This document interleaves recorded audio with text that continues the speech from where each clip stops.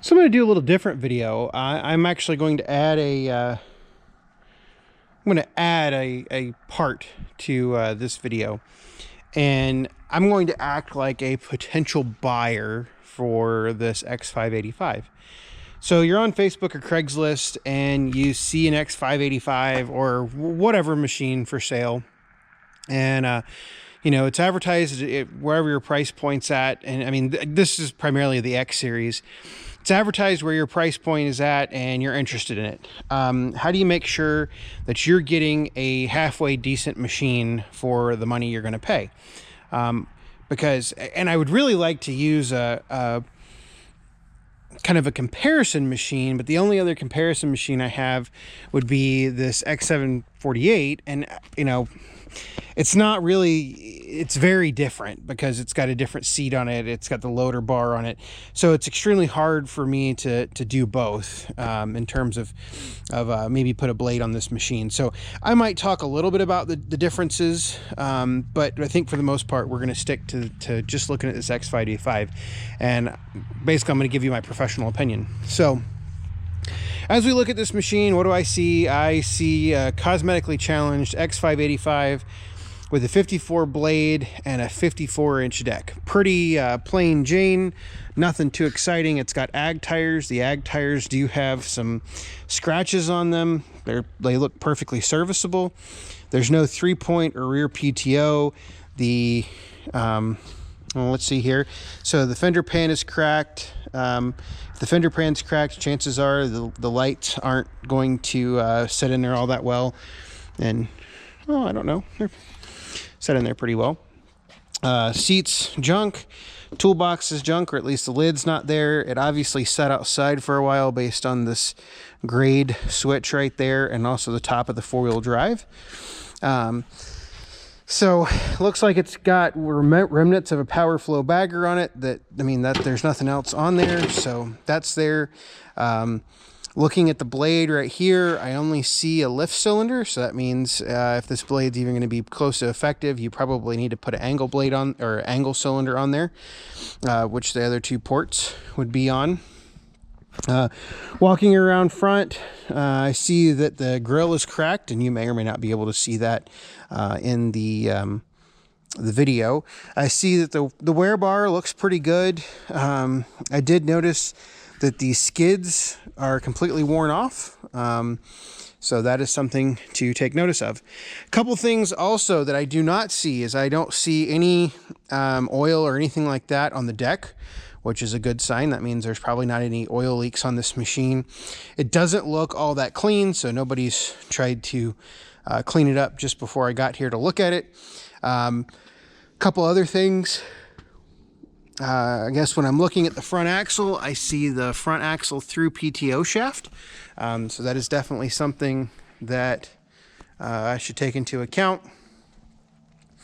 And then what else do I see? I think that's about it. So let's go ahead and open the hood before we go too much farther. So the hood's a little tight, which that's not a bad thing. What do I see? Engine's not overly dirty, but it could have been cleaned. I don't see any issues there. Looks like I've got the glint of steel right there, so that tells me the water pump is new, which if you watch the rest of the series, you know the water pump's new, which would explain maybe why the engine's clean. You might want to ask the owner about a question about the water pump if it has not been advertised as such. Oil-wise, oil looks clean. Don't know if it's overly full or not. Looking behind the dash panel, there's no crap or anything on the radiator. That's a good sign. So now, looking at the instrument panel, there's a crack. Looks like some water has gotten in there from sitting outside. You might want to inquire about how the panel works. Obviously, if the machine runs, the panel should be fine. But in this particular case, there's no hour, or at least the hours are very hard to read. So that is something that, you know, is not necessarily all that great, because now you don't know the number of hours on the machine.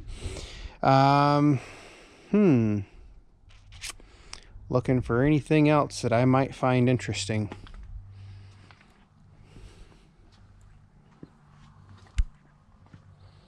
I don't see anything else. Looking at the date on the oil filter, it's 11/21, so I just changed it. I mean, but if you watch the videos, you knew that.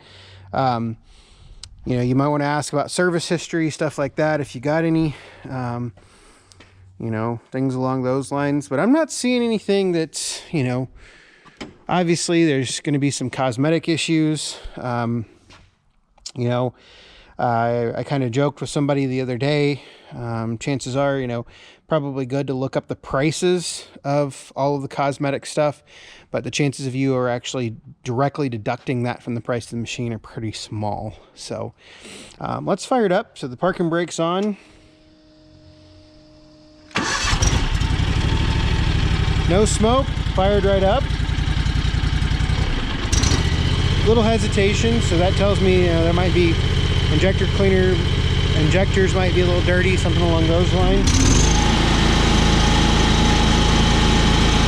Runs just fine. I think we're going to close the hood. Hood fits okay, not the best, but it fits okay. So let's go ahead and take the parking brake off and see how the deck engages. It engages at lower RPM.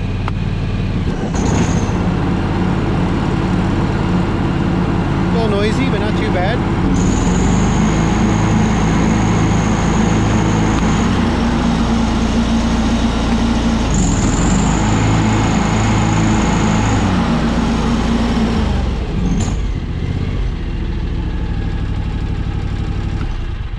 So, you know, overall, it doesn't sound too bad. Something I'm noticing is this pin shouldn't be that far back, so it tells me that the gauge wheels are kind of stuck up in there.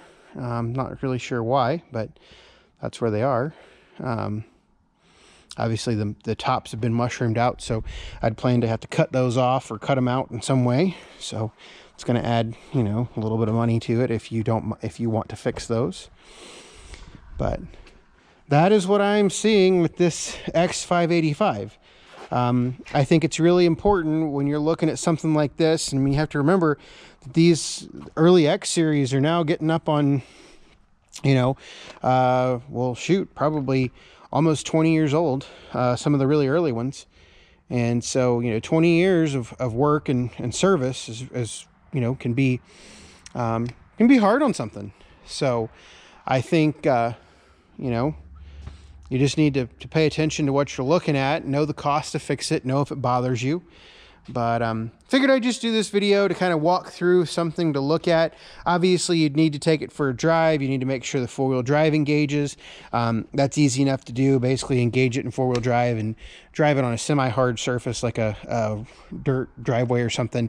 And you should feel a little just kind of oomph in the drivetrain as the tires are grabbing. Make sure the differential lock works. You know, just kind of turn it slightly, mash on the differential lock pedal, things along those lines. You know, you want to make sure, like I said, the deck, if you want to mow with it, mow with it. Nobody should have a problem with that. Obviously, in the middle of winter, you can't mow with it. But, you know, that's what I see with this machine. And hopefully it helps somebody else looking to buy an X Series. Obviously, if it's a two-wheel drive, it's going to be a little bit different than a four-wheel drive. But, yeah, that's what I got. So if you got questions, comments, leave them below.